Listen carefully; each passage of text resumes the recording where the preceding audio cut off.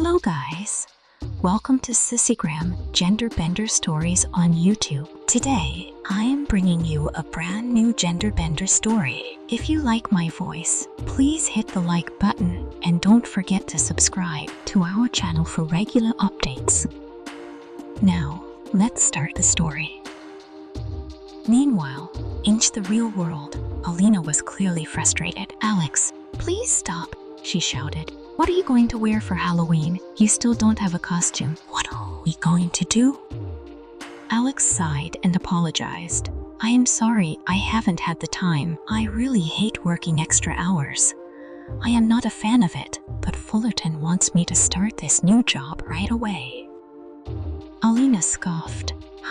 I thought you'd come up with an excuse," she said, revealing that she had already picked out a costume for him. Alex's mind raced as he thought about the consequences. "Oh no," he muttered to himself. "Now I'm going to have to wear something ridiculous." He had dressed as a cowboy the previous Halloween, a pirate the year before, and even a fighter once.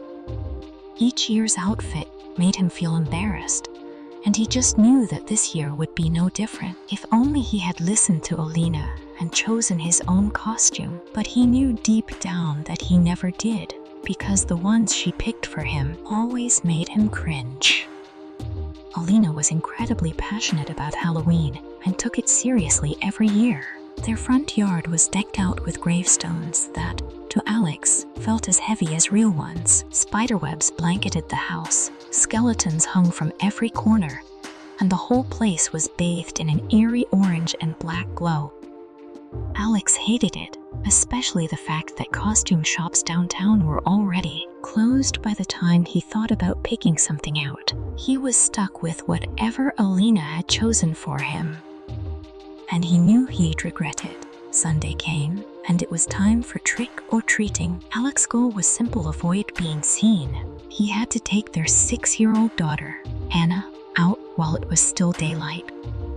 Alina would be busy handing out candy, and their 10-year-old son, Dan, would likely stay inside with his friends. The worst part, though, was the mandatory visit to the Lassenbys for their annual Halloween gathering. Alex was certain he'd be exhausted by the time Monday came around. Alina led him to the bedroom to reveal his costume. "Okay, it's time for your costume," she said, locking the door behind them. "Take everything off." Alex did as she asked, standing there awkwardly and feeling vulnerable. Alina then began pulling something onto him, leg by leg. Unable to contain his curiosity, he blurted out, "What the hell is this?" "Just wear it and play your role as Mr. Forgetful," Alina told him, trying to stay focused. "Don't speak, just continue getting dressed." Alex resigned himself to the situation. As she adjusted the suit, he realized something wasn't quite right. It felt different from anything he had ever worn before. When Alina finished, she stepped back to assess the look. Alex gasped when he saw himself in the mirror. He was dressed in a red blouse, a skirt, nylons, and long boots. It was a costume resembling a female extra from Star Trek. "This is not what I expected," Alex thought, though he had to admit it didn't look as bad as he feared. Still, walking or talking in the outfit ruined the illusion. He feared what it would be like out in public. Dinner was quickly prepared, and Anna couldn't wait to leave. She eagerly devoured her meal, while Alex ate only part of his. At 6:30, they set out for trick-or-treating. Anna's only goal was to collect as much candy as possible, but Alex's aim was to avoid drawing attention to himself. Sadly, that didn't work out. As they walked through the neighborhood, Alex overheard quiet laughs from the parents he passed. Many knew that Alina always got Alex to dress up, and they agreed this costume was her biggest win. As embarrassing as it was for Alex, he knew he couldn't get out of it. By the time they made it back home, Anna was exhausted but pleased with her haul of candy. Alex, on the other hand, was too tired to be ladylike and slouched in a chair. That night, after the babysitter arrived, Alina dragged Alex out for the annual party. He was weary from the long walk, and though it was just down the street, he felt unwell. At the party, Alex's grumpiness made him avoid socializing, and many of the women in the church group made snide comments about his costume. Though some of the men found it amusing, Alex just grew more irritated and started drinking. As the night went on, Alex became increasingly drunk, and his last memory was of slurring "Run, Scotty, run," as he imagined running across a Star Trek engineering deck. But then, reality hit the red lights, the deafening alarms, and the sensation of movement beneath him.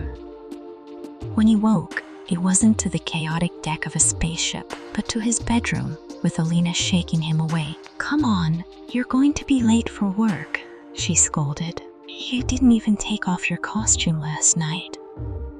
"I need it back today." Alex tried to get out of bed but felt strange. His body felt different, more feminine, smooth.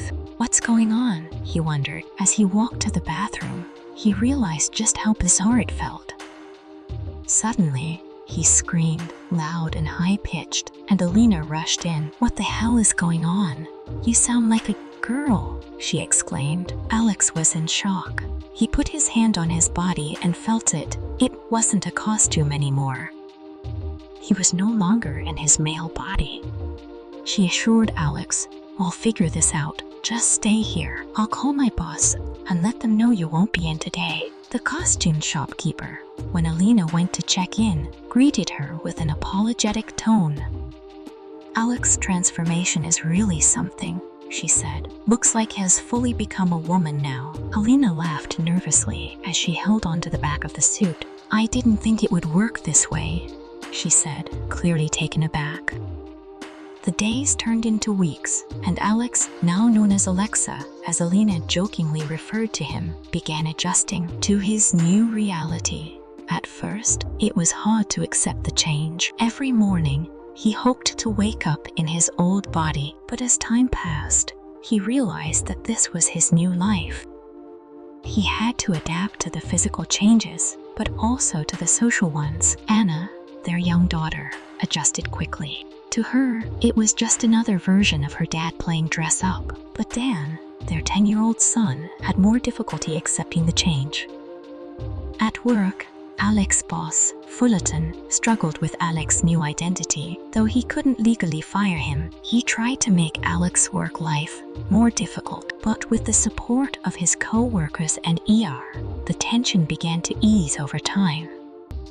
It wasn't perfect, but Alex found a new routine. One day, while out on a walk with Alina, they happened upon the occult store where Alina had bought the costume. The shopkeeper recognized them and approached with an apologetic expression. "Wow, Alexa, you look wonderful as a girl," she said. Alex, now fully embracing the change, replied, "Actually, my name is Alexa now, and honestly, being a girl has become the best thing ever. Thanks for the prank. Looks like I got the last laugh."